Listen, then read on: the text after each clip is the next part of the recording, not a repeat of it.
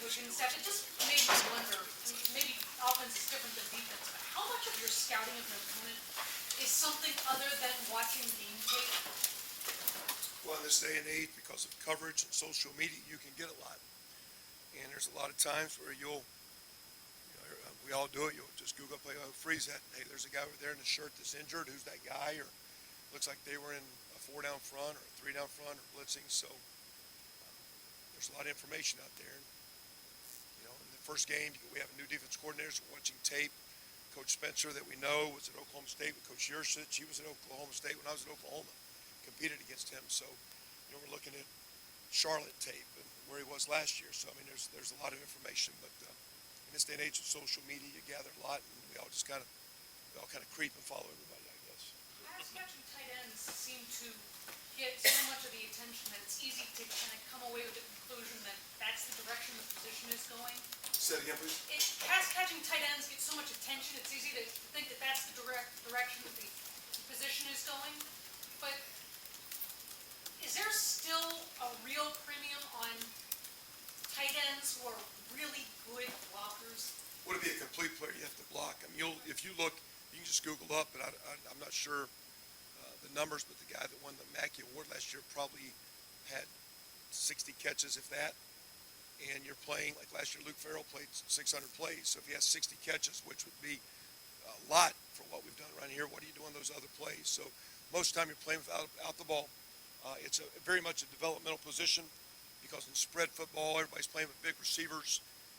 If we spread and play with in my opinion, if you play a spread offense without a tight end, you're either going to run the quarterback a lot or you're going to throw it a lot. When you can put the quarterback, you add one more gap, you take a lot of stress off the offensive line, a lot of stress off the quarterback. You're a more complete team. So teaching an athletic kid to be a complete blocker or a complete player, to be a good blocker, makes you a better football team, makes him a complete player. Hey, Kevin, you've talked a lot of times about how versatile the offense can be and shape it to the quarterback's strength. Throughout your career, who would you compare Justin Fields to for some of the other guys you've worked with? It's a good question because he's, we don't do a lot of, quote, running around, but when he takes off running, he's maybe as fast as I've seen a quarterback. Has the arm strength to make a lot of throws. I know Coach Dan, Coach Yursich are working hard just to get comfortable with what he sees, what he likes, how to get him off to a good start, get him in rhythm, get him going and build. And I've been around some talented players, but his skill set is probably as high as I've been around. It seems like there's no easy comparison. He seems to have a pretty unique skill set. Very much. At the same time, though, the real ones have the skill set on Saturday. And for example, years ago, Sam Bradford, second start, we're playing it really big. We're playing Miami, Florida, and I practiced a play 6-7 times. We were going to play fake and throw a post to Malcolm Kelly, this really outstanding receiver we had. And when we play faked, they didn't cover it, and Sam threw it to a fullback in the flat. I didn't practice that. But on Saturday, Sam, being a great player, made it look right, made it look easy. So the talented guys that can make the plays, that's nice, but the real ones have an active game day of playing well, and to be interested as we get started with Justin and our other quarterback, and a lot of these young players, how they play on Saturday when they're out there and the lights are on is for real. Second or left, all right. When you look at some of the challenges that Brandon Bowens had to overcome, both with injury and kind of having a setback with that injury and coming back and facing a 5-star kid that a lot of people thought could or would start this year, not to mention being a father and a lot of the stuff that he's done off the field, seeing him win this job and being in this position. Can you just comment on everything that he's had to overcome and maybe what you view this journey for him as being? Well, happy and proud of him, happy for him and his family. Still in competition, though, because Nick's awfully good and right there battling. I expect them to play, but just in this day and age where guys can, say, woe is me, or it's not going my way, to battle through and to persevere and to make it through tough times. And he plays a tough position, those, non-glamorous positions where you're blocking all the time and no one sees you except your mom or now, your wife and all that stuff. So proud of the way he's battled. He's practiced really, really, to me, he's healthy. He's practicing as tough as he's ever practiced.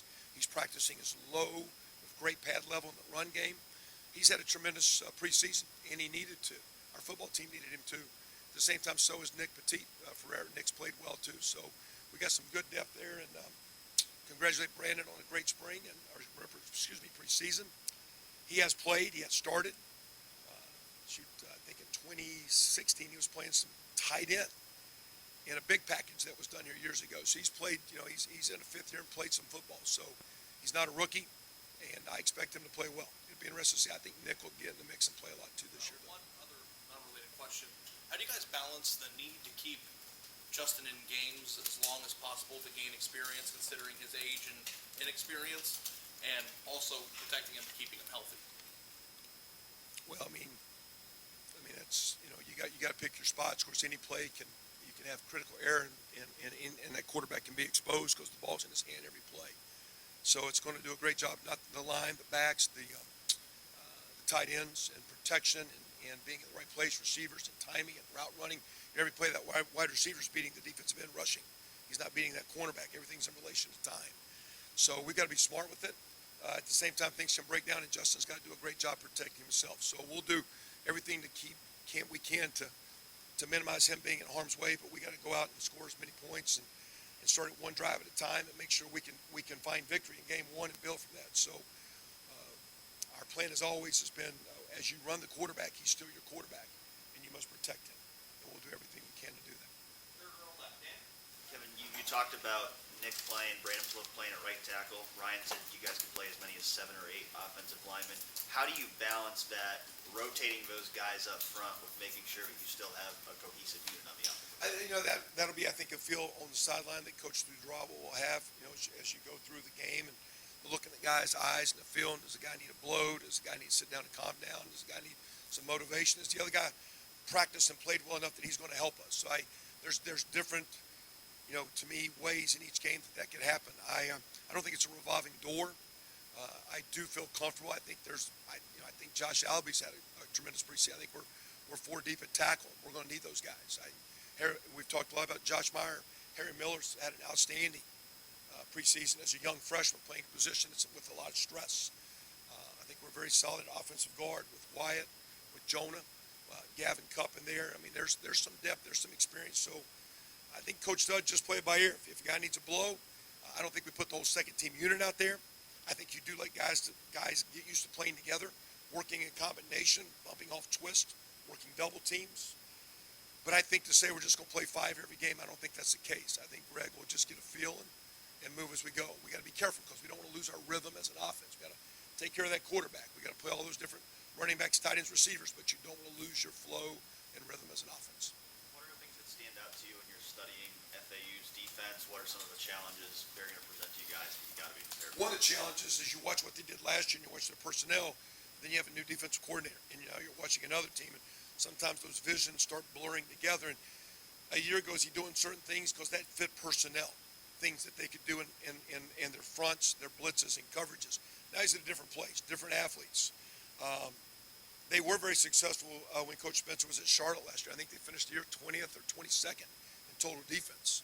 So they were playing pretty solid defense. So you think there's some carryover, but there'll be some jockeying in that first quarter figuring out, are those little X's and O's exactly where we thought they'd be? And quite honestly, in my 2 years here, we do a bunch of game planning. We do a bunch of work, and we go out there Saturday, and half the time they're lined up completely different than what we saw on tape.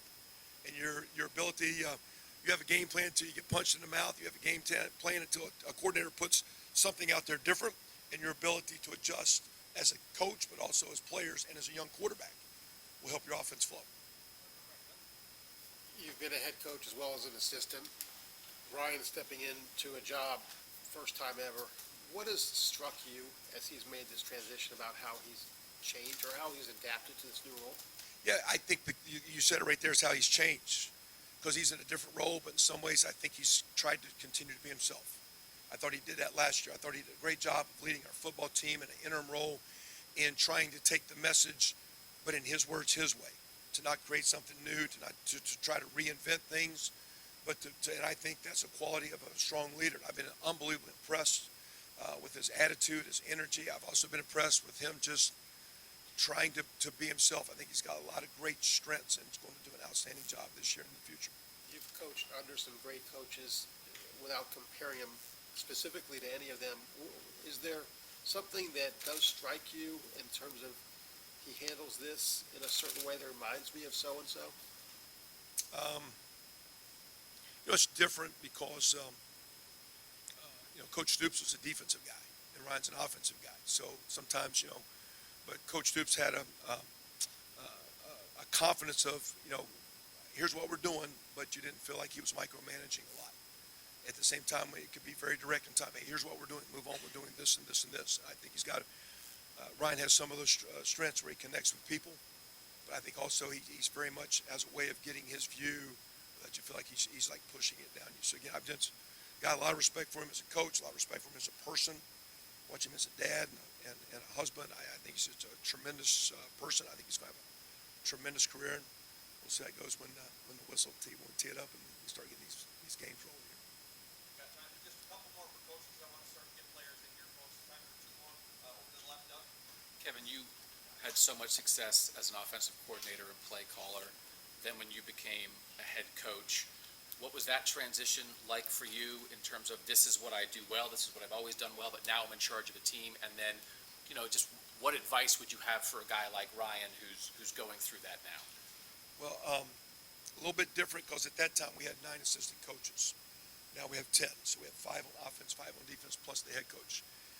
And what I decided to do when I watched Coach Stoops, I mentioned earlier, who was a defensive coach, he was always with the defense. It was 5 and 5. So I decided to put 5 coaches on defense. I was basically one of the 5 offensive coaches when I was the head coach. So that put I was a little bit more involved in the position. I think Coach Day has the ability to be a part of the offense, help a little bit with quarterbacks, have a great view of the big picture, but I think he has the freedom that he can step out of the room a little bit more with Coach Schertz's background, with knowing exactly what he's getting with Coach Dudrawa, because he's worked with now a couple of years, with Coach Alford, with Coach Hartline, myself. So he can come in and inject. Matter of fact, we can sit in meetings and start talking about things, and there'll be someone saying, listen, knowing Coach Day, we're not going that direction. Maybe let's get back to this formation or this thought process. So, and again, I haven't given a lot of advice. I've tried to be a great teammate.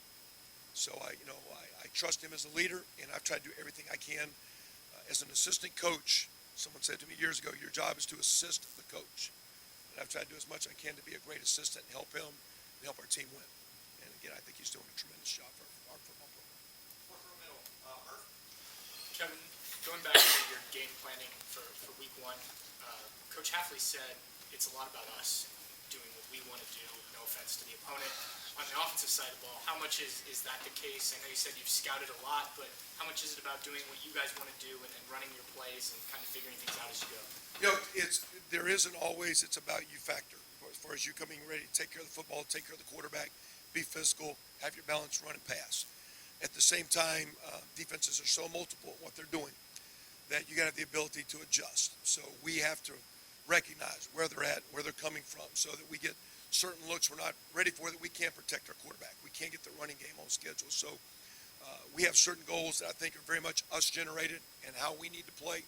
But in this day and age, you have to adapt to the defensive structure that we're going to see, and there'll be a lot of jockeying and chess match, not only in this game, but these first couple games, until you get some 3 or 4 games and get a rhythm of the coordinator, and each year it's a new year. So these first few weeks are a little stressful on game day for us offensive guys. And final questions. Third row right. Rob. Along the same lines, Chuck was in here talking about that chess match, the cat and mouse game. As a play caller, do you guess much, and what does that feel like when you guess right? I mean, is there that kind of game going on? Yes.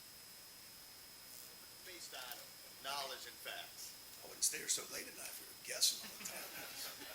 Right? We just roll,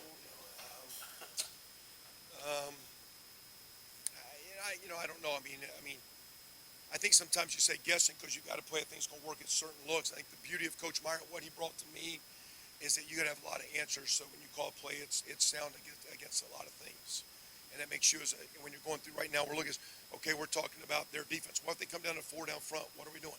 What if all of a sudden it's boundary blitzes? What are they doing? What if all of a sudden they're playing max coverage and dropping everyone? So it forces you to analyze and take a lot of looks. So I guess there's a lot of guesswork, but as you get into the rhythm of the game, you get into things that you think you do well. It's about you and what you're doing, but you just get in the rhythm of the game, and you better have your players ready to adjust and adapt. We're talking today, what if the defensive line in certain fronts are we able to do that? And early in these games, we can actually do too much and have and then our kids aren't playing hard. So there's a balance early here, getting our kids ready to play hard, to play physical, to take care of the ball about us, but then be ready to adapt to this defense because they're going to be multiple in what they're doing, and it's going to be a challenge. These guys will present a lot of problems, and we're looking forward to Saturday. It's going to be a lot of fun. Fields, is he gonna have a green light to audible, or is that Yeah, something? there's certain things, sometimes we're doing things where we look back over and it comes from the sideline. That's kind of common in college football now with the no-huddle stuff. And then there's the ability where he's going to see certain things, because what happens 10 years ago, you would say, who, look over and tell the quarterback. Well, now, when we started talking to the quarterback, they started talking to the defense. So everything changed. So there is the deal that when your quarterback checks a play, the defense can't change. So he will have the opportunity early to get us in a few things. It's not, quote, green light all over the place, but there's several plays where it's in his hands to make us right and to make us look good. Coach, Thanks, thank guys. you very much.